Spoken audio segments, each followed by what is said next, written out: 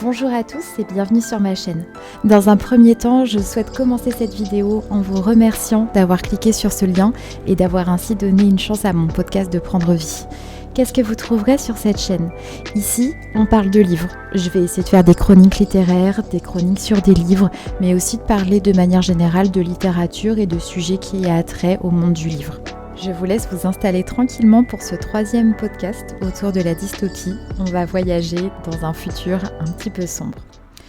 Déjà, dans un premier temps, je commence toujours par résumer ce dont on va parler. Alors, c'est quoi une dystopie ? La dystopie, selon les définitions que j'ai pu trouver, c'est un genre littéraire et artistique qui décrit une société imaginaire, souvent située dans le futur, où les individus vivent sous un système oppressif. Dictature politique, surveillance totale, manipulation des esprits, privation de liberté. C'est une fiction qui exagère certaines dérives possibles de notre monde pour en montrer les dangers. Pour faire simple, on peut dire que la dystopie, en fait, c'est un miroir noir de notre société.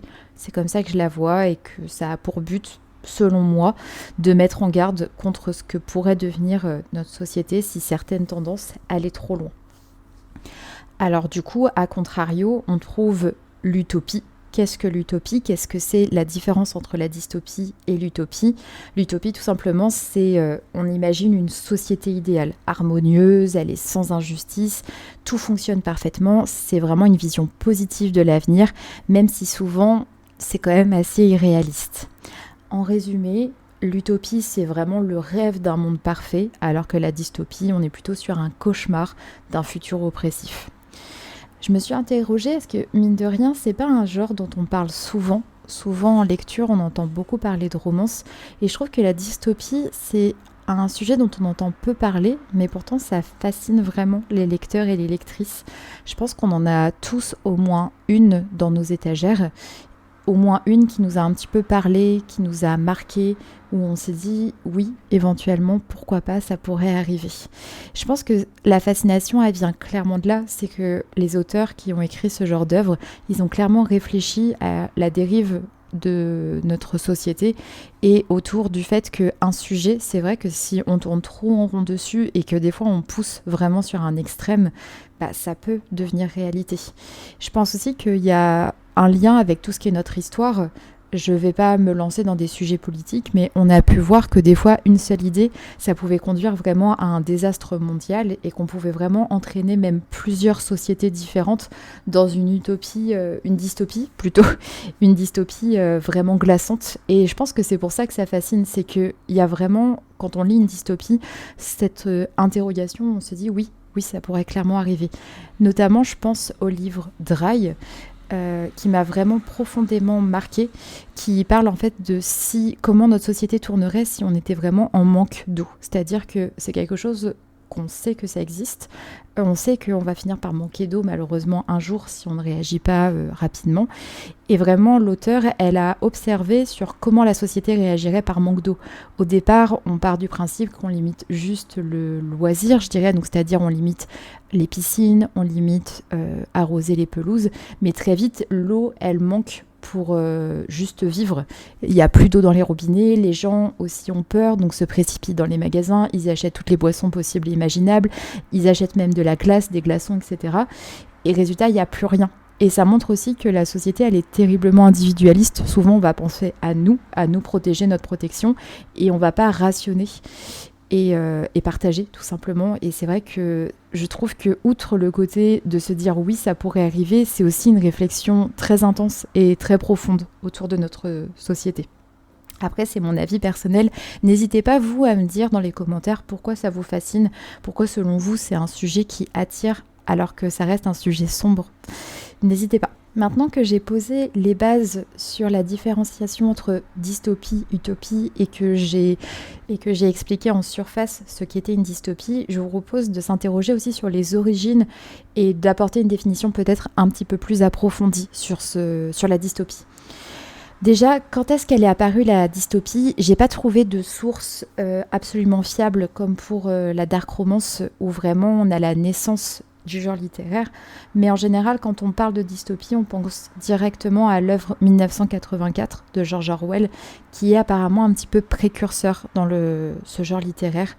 Il y a aussi Le meilleur des mondes de Huxley, qui sont vraiment 2 œuvres que je vous invite à lire et à méditer dessus. Mais ce sont des œuvres qui, bien qu'elles sont sorties il y a quelques années maintenant, sont terriblement réelles encore aujourd'hui, et ça montre vraiment que notre société, mine de rien, elle a pas tant évolué que ça, et que vraiment la dystopie, elle peut vraiment arriver à tout moment, on peut à tout moment basculer, et je trouve que c'est ça qui est fascinant aussi dans les dystopies. Ensuite, aussi, je voudrais insister sur qu'est-ce qui définit une dystopie. C'est vrai que j'ai donné la définition du dictionnaire, j'ai donné la définition que j'ai pu trouver sur Internet, et j'ai fait un petit peu ma propre définition, mais il y a quand même vraiment quelque chose qui ressort très souvent dans ce genre, c'est les sociétés oppressantes, la perte de liberté, contrôle social, manipulation, etc. La dystopie, c'est bien un genre à part comparé aux œuvres post-apocalyptiques. C'est-à-dire que la dystopie, la société, elle existe encore. Elle existe, bien qu'elle soit très oppressante, on a encore un système qui nous permet un petit peu de nous guider. Alors que vraiment, le post-apocalyptique, c'est la société qui s'est effondrée, et qu'est-ce qu'on fait après derrière. Je me suis aussi interrogée, les dystopies, en quoi elles reflètent les angoisses de notre époque. Parce que c'est vrai, je pense que si la dystopie, c'est un genre qui attire autant, c'est aussi qu'on est dans un monde où on se questionne beaucoup, on se remet beaucoup en question, et on réfléchit tous, à chacun, on a tous une opinion sur notre société, sur ce qu'on pourrait améliorer, ce qu'on pourrait au contraire retirer, mais sans ce côté purement questionnement, je pense vraiment que ça reflète purement les angoisses de notre époque. Ça, je me répète un petit peu, mais vraiment, les dystopies, pour moi, ça m'est vraiment très souvent arrivé d'en lire une et de me dire, mais oui, concrètement, il suffit parfois d'une petite étincelle, d'une idée de quelqu'un qui est malheureusement au mauvais endroit au bon moment, j'ai presque envie de dire, peut vraiment faire basculer notre société et nous emmener dans un monde vraiment oppressant, angoissant, et contrôler totalement notre monde et nous retirer les quelques libertés qu'on a déjà. Une fois que ce questionnement a pris place dans mon esprit, j'ai également un petit peu farfouillé dans mes étagères et j'ai regardé du coup les thématiques principales qui résultent d'une dystopie. Déjà, comme je l'ai un petit peu explicité autour de cette vidéo, il y a surtout le contrôle politique et vraiment parfois même la dictature. Donc tout de suite, je pense à 1984. Ensuite, il y a les manipulations sociales et parfois même technologiques, surtout dans les nouvelles dystopies. Donc je pense Le meilleur des mondes. On peut même aussi associer, alors je sors du côté littéraire, mais à Black Mirror en série. Il y a également en manipulation sociale The Handmaid's Tale qui... alors je sais que le livre existe, j'ignore en revanche si c'était un livre à la base. Il y a également du coup tout ce qui est la lutte pour la liberté. Donc tout de suite, pour la lutte à la liberté, j'ai pensé à Hunger Games. Et après, j'ai pas trouvé de livre que j'ai lu personnellement sur ces thématiques, mais c'est également des sujets que j'ai vus ressortir. C'est la question de l'individu face au collectif, la résistance, l'espoir et la révolte. Ce sont quand même des thématiques qui reviennent aussi dans les livres que j'ai déjà cités, mais j'ai pas trouvé de livre spécifique où il y a uniquement cette thématique dans une dystopie. J'aimerais également aussi attirer l'attention sur le fait que la dystopie, c'est également un genre qui a évolué. On a, je trouve, 2 dystopies qui se distinguent. La dystopie d'abord classique, donc je me répète, mais George Orwell, 1984, mais il y a d'autres auteurs qu'on pourrait citer comme Huxley ou Bradbury, désolée si j'ai écorché leur nom. Mais ensuite on a aussi la dystopie moderne, qui est plutôt pour les adolescents, jeunes adultes. Il y a Hunger Games, Divergente, Le Labyrinthe, La Faucheuse, etc. Et il y a aussi les dystopies actuelles ou réalistes qui sont vraiment inspirées de la technologie, des réseaux sociaux, du climat.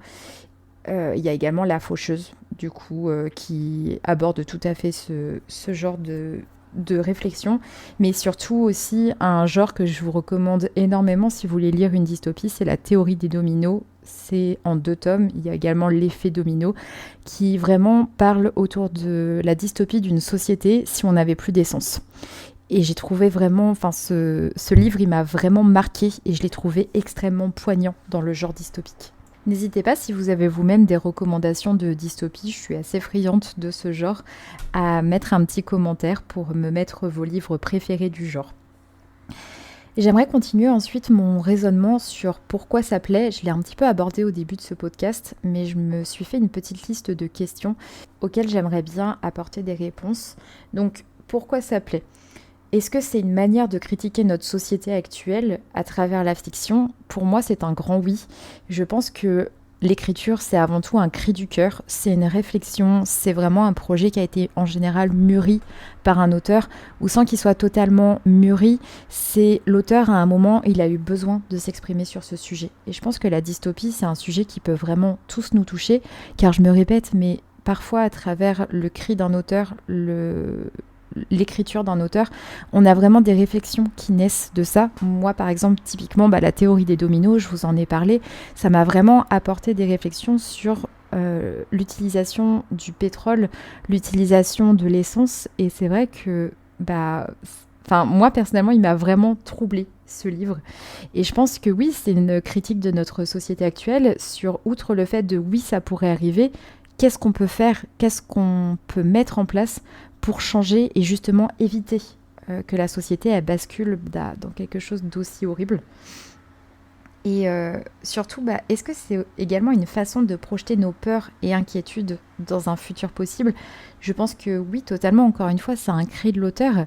Outre le fait que c'est une mise en garde, c'est une réflexion, ça fait aussi des fois du bien de poser ses idées, de poser ses angoisses, ses peurs. Mais des fois, ça peut faire un livre vraiment terrifiant. Je dirais que la dystopie, ça va presque avec le genre horrifique parce qu'on est vraiment sur l'aspect du réel, l'aspect du possible. Après, pourquoi ça marche particulièrement bien chez les jeunes adultes ? Par exemple, je pense à Hunger Games qui a vraiment été un succès mondial, si je dis pas de bêtises, et qui vraiment parle et touche tout le monde, et particulièrement la communauté de jeunes personnes. Je pense aussi que c'est, encore une fois, un cri du cœur. Ça nous permet, outre le côté de voir l'aspect oppressant, presque horrifique de notre société, il y a souvent des héros qui se battent pour leur survie, qui se battent pour le changement, qui se battent pour justement retrouver une forme d'utopie, une forme de normalité. Et je pense que c'est pour ça que ça plaît. C'est aussi, certes, une mise en garde, mais aussi un appel à la révolte et un message d'espoir, que même si des fois l'humanité tombe très bas, la société tombe bas, on peut toujours la remonter, on aura toujours des personnes qui peuvent agir, et nous-mêmes, on peut rejoindre le mouvement. Une personne souvent ordinaire peut vraiment soulever des montagnes. Je pense encore une fois à Hunger Games, mais Katniss, à la base, c'est juste une jeune fille dans le district 12 qui vraiment va réussir à soulever, entre guillemets, des nations. Donc tout simplement, je pense que c'est un appel à l'espoir, la rébellion, le courage individuel, et c'est peut-être aussi pour ça que ça plaît. C'est que ça permet aussi d'être en accord avec ses valeurs et de se dire que c'est possible. Que oui, notre société, elle a des problèmes, elle a des failles, mais qu'on peut toujours la changer et qu'on peut aussi changer pour du meilleur. Et que parfois, le chaos peut aussi faire naître de l'espoir, une flamme d'espoir et quelque chose de beau et de lumineux. J'aimerais aussi faire une petite comparaison et lien avec d'autres genres, notamment la différence entre dystopie et science-fiction, qui sont souvent, je trouve, confondues. Toutes les dystopies, elles peuvent être de la SF, de la fantasy. Néanmoins, toutes les fantaisies ne sont pas dystopiques. C'est là vraiment la nuance. Une dystopie, ça peut être vraiment purement dans un univers imaginé, dans un univers fantastique, mais c'est souvent dans un univers plutôt réel qui nous ressemble. Et après, il y a également une différence entre dystopie et post-apocalyptique. Je l'ai déjà un petit peu abordé dans mon podcast, mais dans la dystopie, vraiment, la société, elle existe encore, mais vraiment, on est dans le côté oppressant, alors que dans le post-apocalyptique, la société, elle s'est effondrée.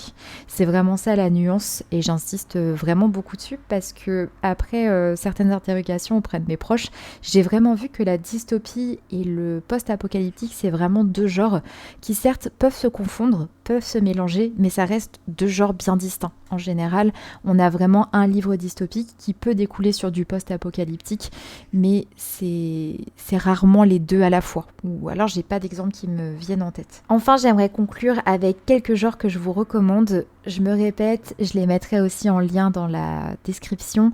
Je vous recommande vraiment la théorie des dominos et l'effet domino, qui sont vraiment pour moi les dystopies les plus poignantes vraiment sur notre société. Je me répète, ça parle autour de l'effondrement en fait du pétrole.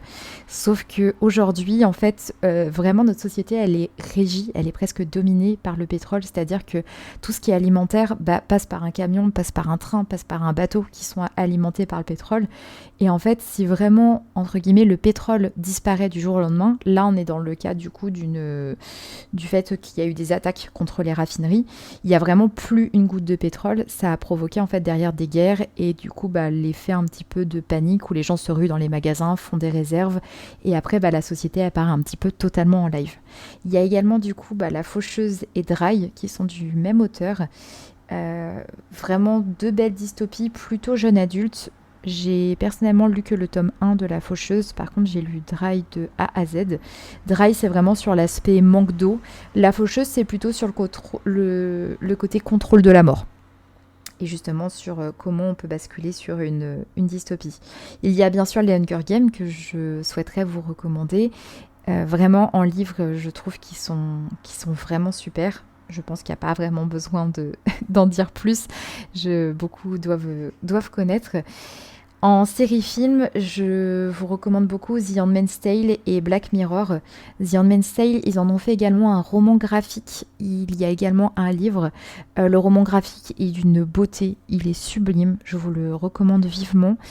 Et le roman, je ne l'ai pas lu personnellement, mais j'en ai entendu vraiment des très bons retours. Pour conclure définitivement après les recommandations et conclure sur du coup ce voyage au cœur de la dystopie, pour moi c'est un petit peu comme un miroir déformant de la société. C'est vraiment la meilleure image que j'ai. C'est la dystopie, c'est et si. C'est des questionnements sur dans quoi on peut basculer si il se passe ci ou s'il se passe ça. Je pense aussi que ça peut nous permettre de nous interroger sur ce que ça dit de nous et de notre peur du futur. Et c'est sur ces mots, je pense que je vais conclure ce podcast. N'hésitez pas, vous, à me dire quelle dystopie vous a le plus marqué et pourquoi. Et je vous remercie si vous êtes allé au bout de cette vidéo. N'hésitez pas pour me soutenir. Vous connaissez la chanson, à mettre un petit like, un petit commentaire ou carrément à vous abonner. En tout cas, je vous remercie de m'avoir écouté. Je vous remercie d'avoir cliqué sur ma vidéo et je vous souhaite à tous une très très belle journée.